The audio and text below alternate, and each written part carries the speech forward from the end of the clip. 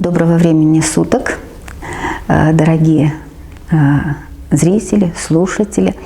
Мы сегодня поговорим о древнейших эпохах в истории нашего края, а именно территории Удмуртии, где на сегодняшний день существует, в границах которой существует сегодняшняя Удмуртская республика. Это тем более знаменательно, что у нас столетие государственности Удмуртской республики. Именно к этим юбилейным датам и к этой юбилейной дате, и к столетию музея, Национального музея Удмуртской республики, можно привязать этот проект «Лектория» о истории, древнейшей истории нашего края.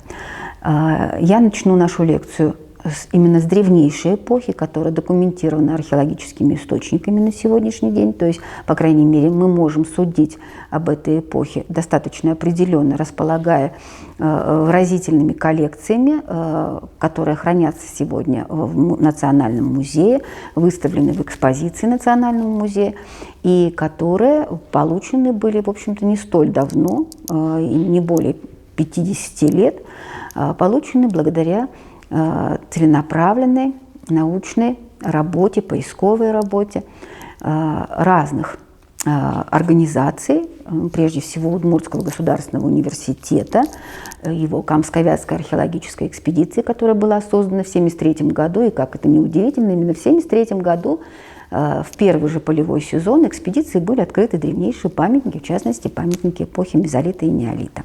Сегодня мне хочется начать наш разговор о истории Удмуртии, о прошлом нашего края с глубокой древности. То есть, собственно, как и выстраивается хронология истории.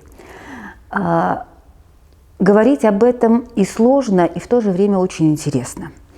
К сожалению, наши знания о прошлой истории, за редким исключением, уходят глубже XX века. Хуже мы знаем историю XIX, XVIII, а что теряется в глубине этих столетий, для многих даже не всегда очевидно. Вот это особенность или своеобразие нашей памяти, исторической памяти. И в этом плане археология, как специфическая достаточно наука, которая оперирует совершенно особыми, своеобразными источниками, археологическими источниками, предоставляет людям ищущим, людям любопытствующим, любознательным невероятное пространство, поле для поиска прошлых столетий, для, может быть, ответов на некие неочевидные, на первый взгляд, вопросы: откуда мы, кто мы, где жили наши предки, чем они занимались в прошлом. И вот сейчас, в столетний юбилей государственности Удмуртии, мне кажется, что и столетие, кстати, Национального музея Удмуртской республики, мне кажется, что вот эта идея рассказать посредством современных технических средств, рассказать о прошлом крае, в то же время презентовать невероятно огромный потенциал именно музея, государственного музея. Эта идея чрезвычайно интересная, чрезвычайно важная. Я буду говорить сегодня о той глубокой древности, которая исчисляется даже не столетиями, а тысячелетиями. Увы, говорить об этом не всегда просто, поскольку, вот как вы сейчас увидите, глядя на экспозицию нашего музея, это прошлое представлено довольно фрагментарно. И это, по сути дела, остатки, отдельные кусочки той прошлой жизни, той прошлой истории, которые человеку несведущему могут на первый взгляд даже показаться собственными источниками. Вы посмотрите, вот в витрине музея мы с вами видим какие-то отдельные камушки. Они бесформенные, но есть и такие камушки, которые имеют вполне определенную форму, причем эта форма повторяется в основных своих чертах, может быть просто разные эти формы имеют различные размеры, от совершенно мелких, мельчайших, на которые мимо которых мы могли бы просто пройти, не обратить внимания, до довольно крупных форм, которые уже, попадая в наши руки, вызывают немой вопрос: а что это такое? Это произведение природы или все-таки это дело рук человеческих? История Удмуртии, или правильнее, наверное, все-таки говорить доистория Удмуртии, или праистория, или предыстория. То есть в научной терминологии много понятий, которые определяют вот эти эпохи, далекие от нас эпохи, лишенные письменной истории. Так вот, до истории Удмуртии на сегодняшний день, по результатам наших сегодняшних открытий, начинается, по сути дела, в современную геологическую эпоху, в Голоцене. Более ранних материалов, иллюстрирующих более ранние эпохи в освоении территории нашего края, этих материалов в нашем распоряжении пока нет. Но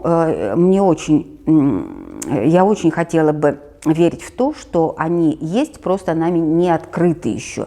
И это, опять же, перспектива тех исследователей, тех ученых, которые придут, как говорится, на это поприще буквально сегодня, а может завтра, а может и послезавтра.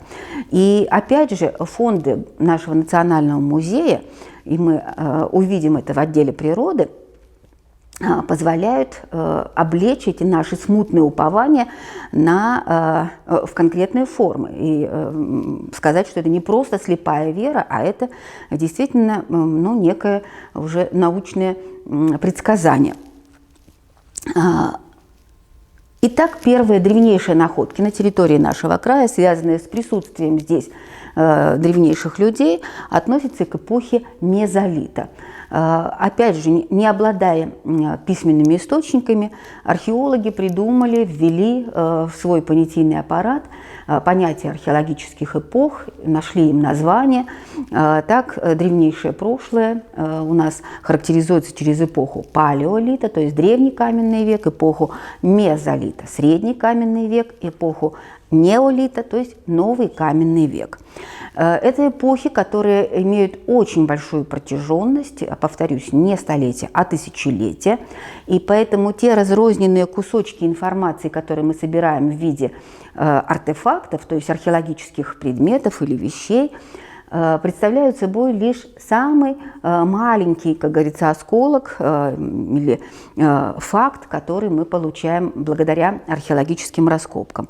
Так вот, если мы с вами обратимся к учебникам истории, по истории нашего края еще полувековой давности, то мы в них не найдем вообще упоминания об этих эпохах. На начало 70-х годов прошлого века, 20 века, удмуртская наука не располагала даже этими небольшими, в общем-то, как можно видеть, знаниями о каменном веке в Удмуртии. И даже такие маститые ученые, как Владимир Федорович Генинг, создатель Удмуртской археологической экспедиции в 1954 году, и один из тех, кто готовил первое издание очерков истории Удмуртской ССР в конце 50-х, начале 60-х годов, в общем-то, довольно твердо верил в то, что памятников каменного века на территории Удмуртии нет. И первое открытие этих памятников пришлись только на начало 70-х годов. Как, в общем-то, многое в науке, сделаны они были случайно. Можно почитать воспоминания Риммы Дмитриевны Голдиной, профессора нашего университета, создателя Камско-Вятской археологической экспедиции Удмуртского государственного университета, о том, как были открыты первые мезолитические и первые неолитические памятники Удмуртии. То есть это вот как раз тот элемент случайности, элемент удачи, элемент везения, который так важен в археологии. На сегодняшний день, спустя почти полвека, да, после первого открытия мезолитических и неолитических памятников, это 73-74 годы, нам известно уже порядка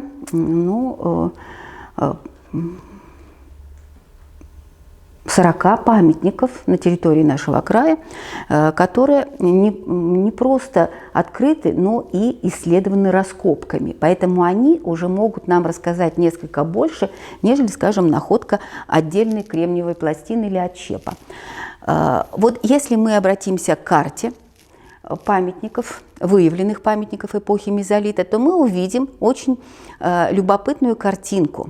Вот кружочками вдоль основных речных артерий края показаны как раз те самые местонахождения или стоянки древнейших людей, и вы видите, что они приурочены, по сути дела, только главным рекам Вятке, Каме, ну и их более-менее крупным притокам первого-второго порядков. Да. На территории Удмуртии эти памятники в основном занимают юго-западный фланг или юго-западный сегмент территории, но за редким исключением низовья реки Чепцы на севере Удмуртии. И мы видим, что если наложить сюда карту современной Удмуртии, то вот вся территория между Чепцой и Келемезью, средним течением Келемези, она, по сути дела, пустая. Вот эта пустота, это белое пятно, с одной стороны, есть факт неизученности этой территории, это раз. А второй момент, который мы можем объяснить вполне прагматическими причинами, это территория так называемой кельмезской низменности, которая сегодня, в общем-то, покрыта лесами и болотами, поэтому она с точки зрения проходимости довольно трудна. И надо полагать, что не особо охотно первобытные коллективы человеческие стремились, вот, как говорится, осваивать эти таежные пространства. Вообще же появление первых памятников, древнейших памятников на территории Удмуртии целиком и полностью зависело именно от природно-географических факторов. Это, если мы посмотрим с вами на датировки, которые присутствуют в витрине музея, 8-6 тысячелетие до нашей эры, это где-то вот не самое начало Голоцена, то есть новой геологической эпохи, современной геологической эпохи.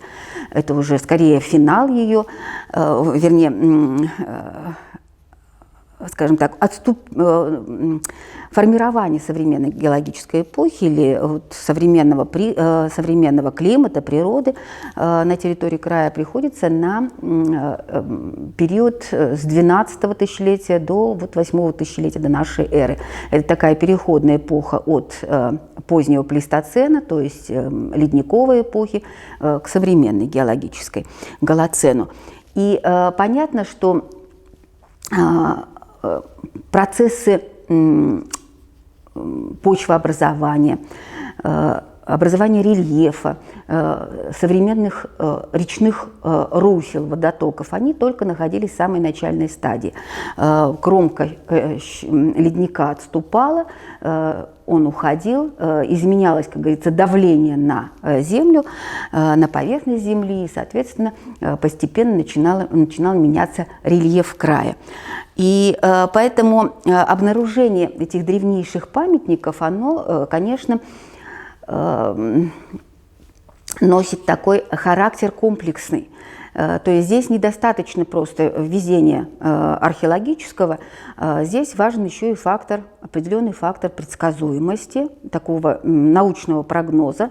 И это важно, когда мы привлекаем к своим работам специалистов в области иных дисциплин, но прежде всего геоморфологии, палеогеографии, да, которые могут нам подсказать, а где находились те самые наиболее перспективные места в древности, которые могли привлечь человека, привлечь древнейших людей с точки зрения их удобства.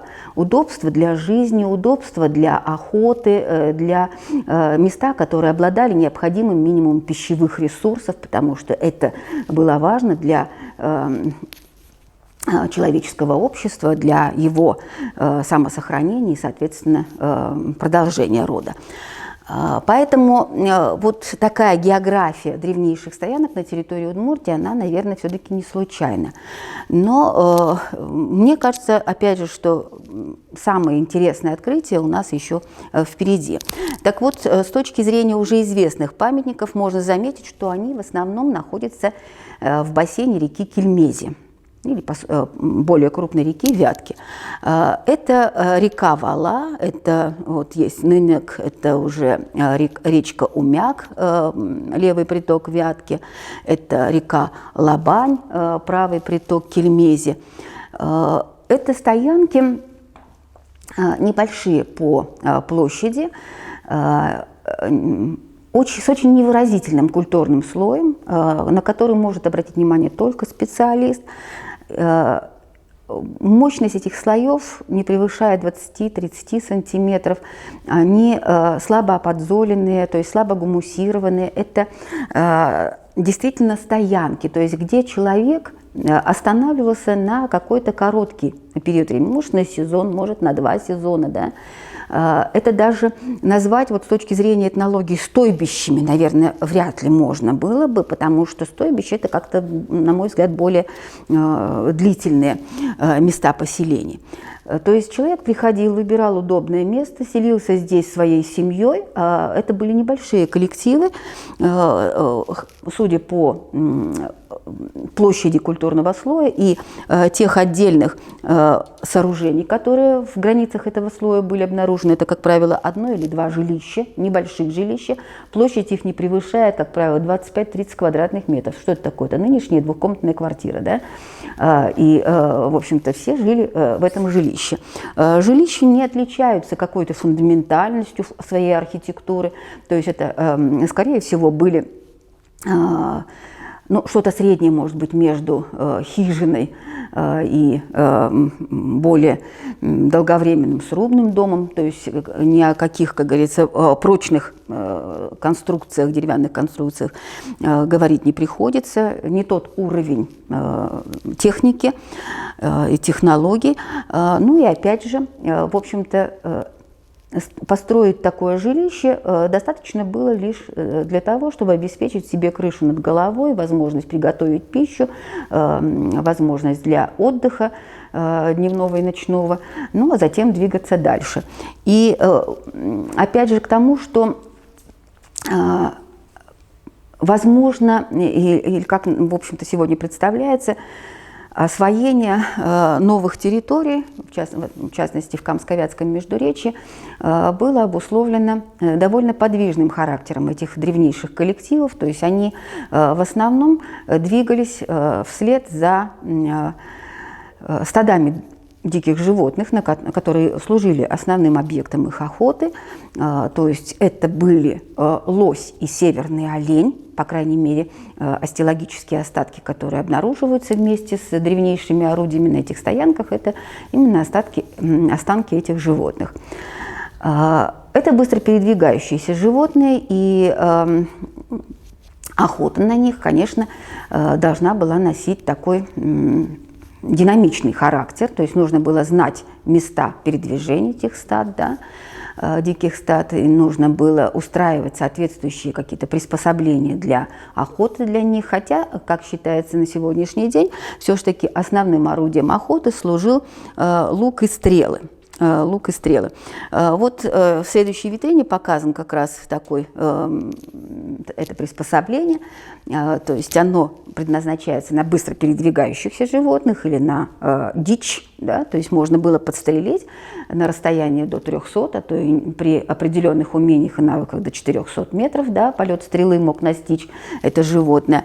Это совершенно другой другая стратегия поведения человека, другая стратегия охоты, нежели, скажем, мы встречаем в эпоху древнекаменного века, в эпоху палеолита, то, что вы представляете себе, когда вам говорят о мамонтах или охоте на мамонтов.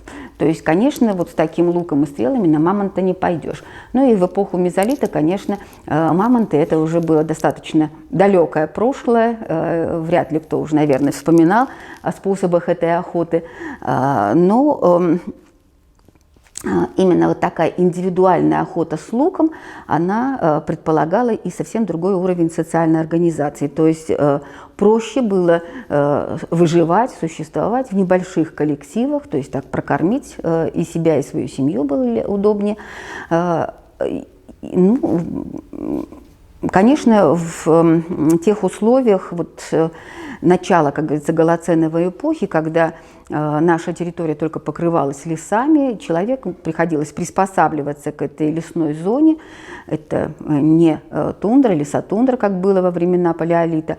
Ну и познавать возможности, пищевые возможности этой новой для него реальности, то есть знать, что можно было помимо охоты на дикого зверя еще приспособить для своего жизнеобеспечения. То есть сбор лесных плодов, орехов, шишек, ягод, грибов, ну и какой-то растительной пищи. Это уже была, скажем, сфера ответственности женской половины семейных коллективов. Мужчины, конечно, брали на себя обязанность охоты. Техника орудийной деятельности в эпоху мезолита, и это очень хорошо видно как раз по находкам орудий с мезолитических стоянок, требовала достаточно серьезных умений, навыков в обработке камня. То есть основным источником, или вернее основным сырьем служил, конечно, камень. И для мезолита это был главным образом кремень.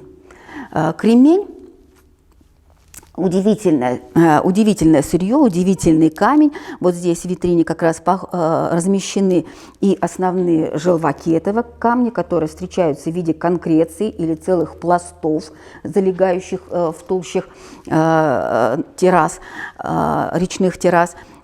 С него различными способами, но главным образом с помощью вот таких, в общем-то, простых, по сути дела, приспособлений, ударного орудия, да, и выбора, ну, приемника, с помощью которого, посредника, с помощью которого можно было от этого желвака отколоть нужную пластину или нужный отщеп, достигалось, по сути, вот такой совершенный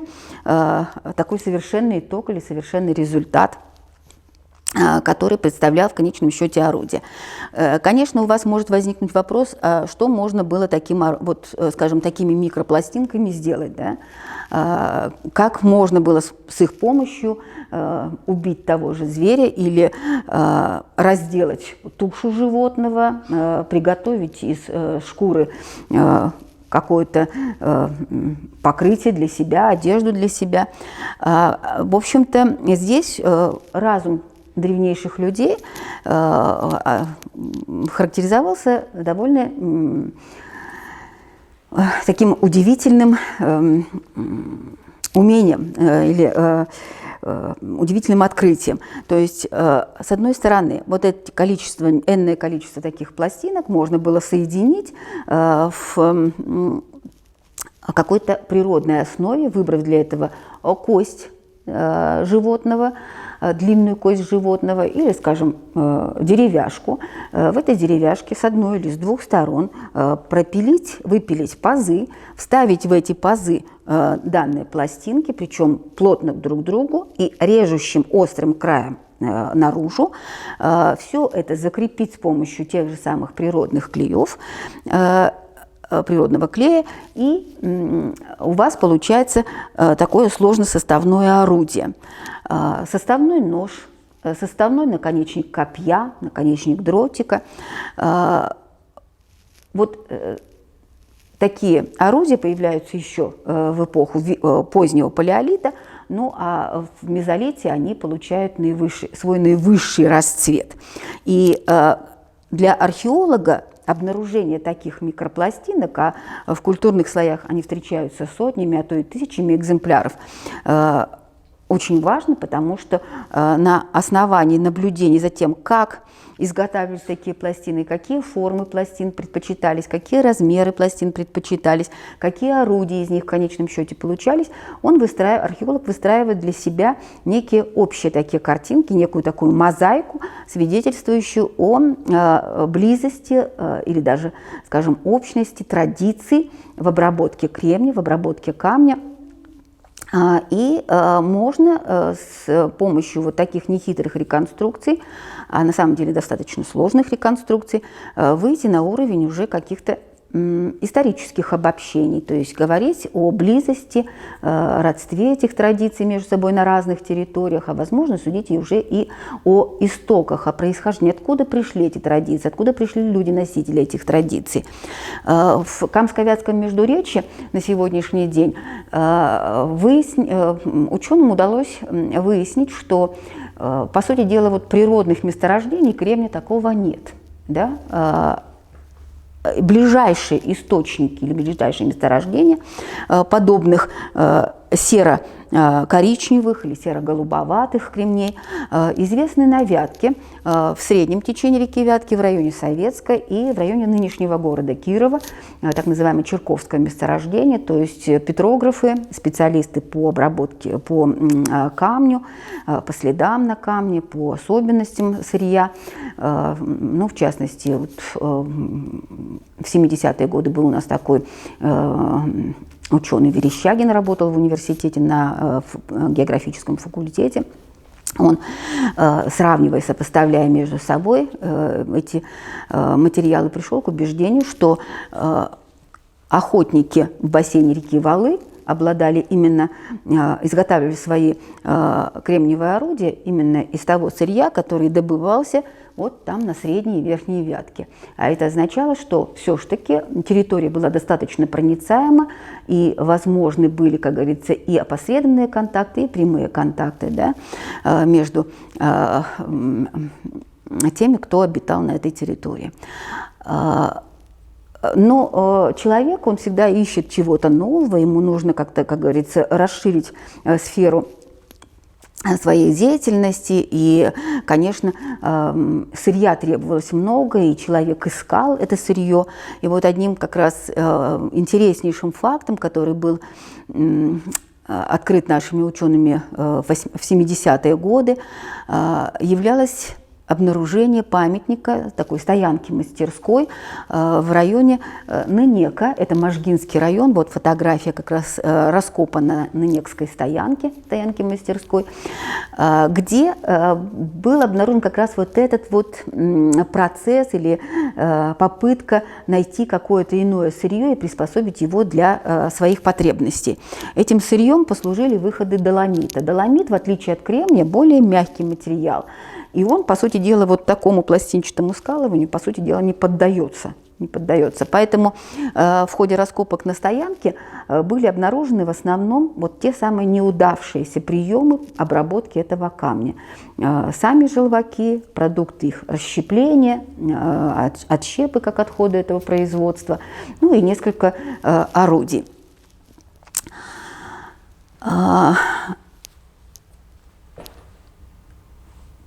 Вообще, надо сказать, что на эпоху мезолита, она у нас длилась порядка 3 тысячелетий, приходится довольно много интересных открытий, и не только, скажем, искусство создавать такие составные орудия, но и постепенно вместе с изменениями климата и освоением этих территорий, приспособлением их для своей жизни, человек, в общем-то, пришел к тому пониманию, что помимо охоты и собирательства можно еще заниматься и рыболовством. Ведь селились-то в основном вдоль рек, вдоль озер, по берегам озер, и